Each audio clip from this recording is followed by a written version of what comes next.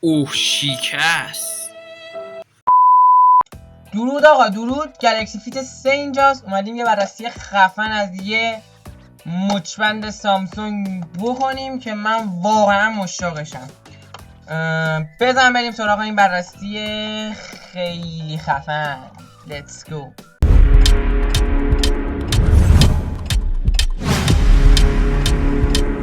اوکی بچه ها، امروز اومدیم که فیت 3 رو با هم بررسی کنیم. بیایید با هم از مراحل آنباکس که نمیشه گفت، از مراحل اولیش با هم بریم تا حالا بررسی کامل. شما وقتی فیت 3 رو میخرید، داخل جعبش این که خود پوسته بیرونی جعبه،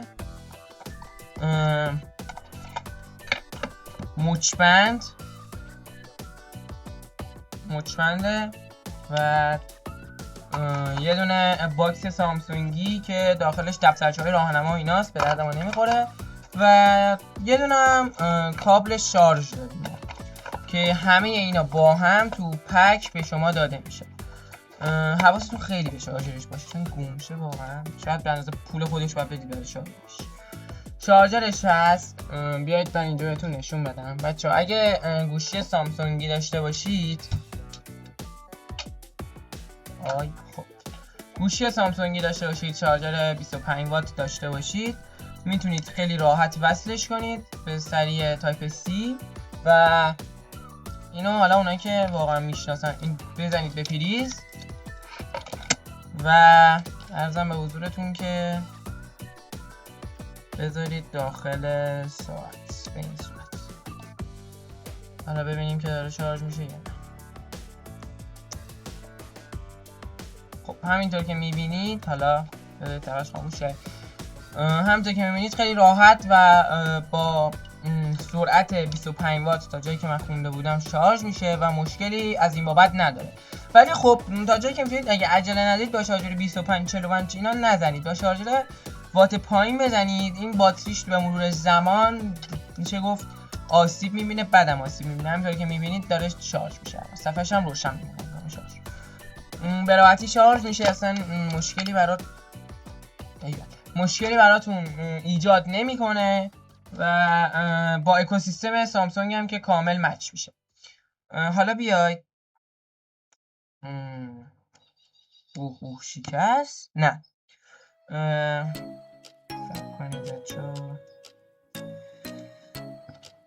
این خود بنده، کل دیوایس اینه. این فسخلی 3,700,000 الان سال 404 که من دارم رکورد میکنم، اواسط آبانی قیمت میشه. همین فسخلی ها، همین حالا داره میگه این دستت هم نیست اینا، همین فسخلی 4 میلیون قیمتشه. بگذاریم داخل جعبه همین هست. مشخصات فیت 3 چیه؟ خیلی ها دوست دارن، اصلا بذارید من بهتون بگم چرا من دارم الان اینو براتون بررسی میکنم اینجا و معرفی میکنم. خیلی ها دوست دارید که حس و حال واچ سامسونگ رو داشته باشید. واچ سامسونگ من ارزون ترینش از 12 تومن هست به بالا. خب پس این فیت 3 میشه گفت اینجا جایگزین خوبیه و نسبت به نسل‌های قبلی واقعا پیشرفت خوبی داشته. همینطور که میدونید فیت 3 برای ورزش ساخته شده، ولی خب میشه ازش به عنوان واقعا یه ساعت هوشمند یاد کرد چون که واقعا خیلی از قابلیت ساعت هوشمند رو داره. فیت 3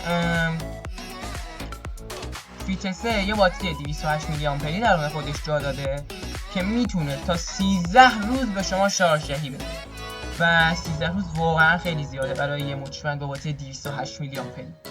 13 روز در صورتیه که آلویز آن دیسپلی و اندازه‌گیری سنسورهای خودکار و اینا خاموش باشه. من با استفاده سنگینی که داشتم، یعنی حتی تو روز دیسپلی مثلا باش کار میکردم، باز میکردم، پیامک میدادم، نوتیفیکیشنامو چک میکردم، ماشین حسابش رو استفاده میکردم و حالا همه سنسوراش فعال بود، 4-5 روز از 100% به شما جواب میده. پس تو ماه مثل 3-4 بار شارژ کافیه اگه سنگین استفاده کنید. شارژش هم نیم ساعت طول میکشه، نیم ساعت 45 دقیقه طول میکشه تا به 100% برسه.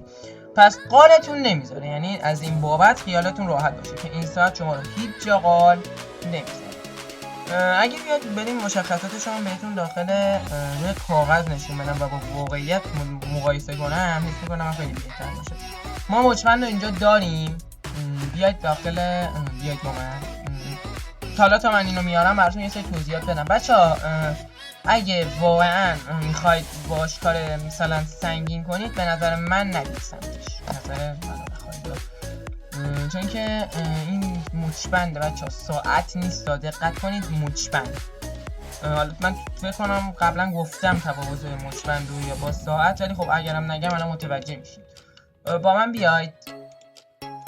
خب بچه‌ها اینجا هم که سایت زومیت الان از 3700 هست تا 5 میلیون و کاری به عکس و ایناش نداریم. سیستم عامل FreeRTOS داره و 1.6 اینچ صفحشه که نسبت به نسل قبلی، بچه‌ها من همه اینا رو دارم با نسل قبلیش مقایسه میکنم، صفحه 1.6 اینچی نسبت به صفحه کمتر از 1 اینچی فیت 2 پیشرفت کاملا قابل تماشایی.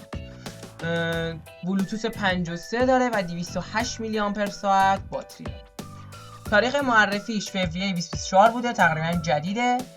یکی از بهترین چیزایی که حالا من میشه بهش اشاره کرد مقاوم بودن در برابر آبه.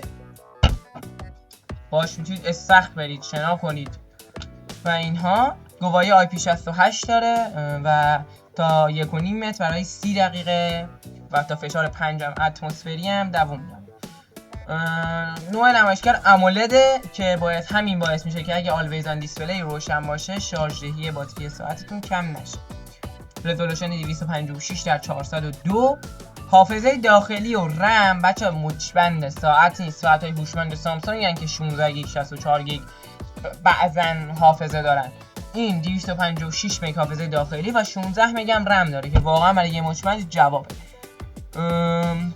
نوع هشدار ویبرس، اسپیکر و میکروفون نداره. گام شمار داره و بیشتر از 100 حالت ورزشی مختلف رو خودش شناسایی میکنه. پایش خواب داره، پایش استرس داره، تشخیص سقوط از ارتفاع داره، سنسور اکسیژن خون داره، سنسور ضربان قلب داره، سنسور فشار خون داره که تو ایران در دسترس نیست و عرضم به حضورتون که ارتباطات سلولار نداره و همین. خیلی اقتصادی و البته خفن بچه‌ها. ببین یعنی واقعا میشه گفت رقیبش رو هیچ زده ها. حالا یه چیز خیلی جالبی که من شاید خوشتون بیاد، حالا من میذارم داخل ادیت. این ساعت بچه‌ها با مچ شدنش توی دستگاه سامسونگ کم نذاشته. یعنی بخوام بهتون بگم اینه که صد خودشو گذاشته که فقط با سامسونگ مچه، با دستگاه اپل وصل نمیشه. یعنی اگه شما اپل داشته باشی طبیعتا نمیتونی استفاده کنی دیگه از مزایای گلکسی فیت 3. حتی بلوتوثی هم قابل اتصال نیست و خب برای اونایی که اپل دارن شاید یکم ناخوشایند باشه، ولی در کل کارتون رو واقعا در میاره. تو روز عین یه بتمن کنارتونه و واقعا کمکتون میکنه اگه بخواید واقعا استفاده کنید. و تا امروز من هولوش یه هفته که باش کار کردم، مشکل خاصی تا الان ازش ندیدم. حتی توی بعضی جا واقعا من خودم تعجب کردم. شب اگه ضربان قلبتون بره بالا، مورد خاصی مشاهده کنیم، اینقدر میلرزه، با گوشی آلارم میده تا بیدارتون کنه و اینش واقعا یکی از مزایاش میشه گفت. اگه مزایا نمیگن چی میگن به بچه‌ها؟ بگذریم. داخل اپلیکیشن ویربل میتونید از طریق گوشی‌های سامسونگ و هر گوشی که اندروید بالای 10 و 1.5 گیگابایت رم داشته باشه کنترلش کنید. البته اون حس مچ بودن و آک بودنی که با گوشی‌های سامسونگ داره رو هیچ وقت بهتون توی گوشی‌های شیائومی و اینا نمیده. یه سری تایل ها داره، با این ور اون ور کنش میتونید اطلاعات رو مشاهده کنید، مثل شارژ گجتاتون، مثل آب و هوای فعلی. حالا من تصاویر تمیزترش رو توی ادیت میذارم براتون و خیلی قابلیت های خفن بچه‌ها. یعنی اصلا در حد خودش واقعا کم نمیذاره، این یه مرد کار میکنه. صدا رو میتونید کم و زیاد کنید، مثلا اینجا موسیقیتون رو میتونید کم و زیاد کنید اینجا. خب میتونید اینجوری کنترل کنید. نمره میده به خوابتون و ضربان قلب و اینا هم که میگیره، کاری نداریم. در کل بچه خیلی چیز تمیزیه، یعنی اگه واقعا دوست داشته باشید و علاقه داشته باشید، عاشق سامسونگ باشید، خرید اینو 100% بهتون پیشنهاد میکنم. ولی اگه به قابلیت تماس متکی هستید، میخواید نمیدونم برنامه دانلود کنید روش بریزید، از این ارتباط مسخره بازیه بخواید انجام بدید، نه حقیقتا برید واچ سامسونگ رو بخرید. واچ اف ای هم هست که خیلی خوبه، ولی مقایسه با رقیبش اسمارت بند 9 شیائومی، بچه‌ها میدونم اسمارت بند 8 رقیبش، من چرا اینه بی‌مغزا بچه‌ها حواستون نباشه اینجوری بشه. فیت 3 رقیبش توی سال 2024 سامسونگ شیائومی بند 8 که واقعا هم به هم میرسن بچه‌ها، اینجوری نیست که یکی از اون یکی جلوتر باشه. خب ولی واقعا یه سری جاها سامسونگ واقعا خورد میکنه شیائومی. چرا الان بهتون بند 8 شیائومی. بیاید با هم روی مانیتور. خب بفرمایید بذارید فیت 3 رم بیارم. فیت 3 این است، اینو برمیداریم چون که رقیبش نیست. فیت 2 هم بذارم که ببینید نسبت خود قبلیش چقدر پیشرفت کرده. فیت 2 همین نسخه عادی شده. خب بچه ها بند 8 شیائومی رقیبشه. اول بریم با رقیب مقایسهش کنیم. جفتشون 2024 اومدن، جفتشون آی پی 68 دارن، دقیقا این همه. جفتش خدایا شیائومی و فیت 3 صفحه هاشون اندازه همه، نگرانی ندارید از این. نمایشگر همیشه روشن جفتشون دارن. حداکثر نرخ نوسازی 60 هرتز، این هم 60 هرتزه، نگران نباشید. استعمال اختصاصی داره شیائومی، ولی خب نه، سامسونگ فری آر تی او اس رو داره که خیلی متن‌باز و امن‌تره، سازگار با دستگاه اندروید فقط. با فیت 3 با آی او اس نمیتونه مچ بشه. ظرفیت بازیش سامسونگ به مراتب بهتره و 65% در 30 دقیقه، ولی خب شیائومی 1 ساعت. شارژ دهی تا 20. خیلی جالبه بچه، به این کنید. اسپیکر هیچ کدومشون ندارن. سطح اکسیژن خون همه رو دارن جفتشون. بچه میبینید دقیقا این همه و من مورد خاصی نمیبینم. یعنی اگه فقط بستگی داره که از کدوم پلتفرم خوشتون میاد، شیائومی خوشتون میاد یا از سامسونگ. که به نظر من اگه سامسونگ دارید سامسونگ، شیائومی دارید بازم میشه گفت سامسونگ. ولی اگه شیائومی دوست دارید هیچ اجباری نیست که برید سامسونگ بخرید، هر کسی با یه چیزی حال میکنه. میدونید من اینجا با واقعا با این شاهکارش حال کردم. آره بچه ها در کل خلاصه همینه. اگه سوالی نکته‌ای در مورد فیت 3 داشتید حتما بهم بگید. الان آخر ویدیو، یعنی من بعد از اینکه خداحافظی کنم، یه سری تصاویر از محیط برنامه سامسونگ رو میذارم که چجوری مچ میشه و چی کارا میتونید داخل اپلیکیشنش بکنید. و همین دیگه، دمتون گرم. اگه خوشتون اومد، سوالی، نکته منفی، چیزی داخل ویدیو دیدید، حتما توی کامنت ها بهم بگید. عشق منید. ساب کنم تا یه ویدیو دیگه. خدا یار و نگهدارتون باشه. خداحافظ.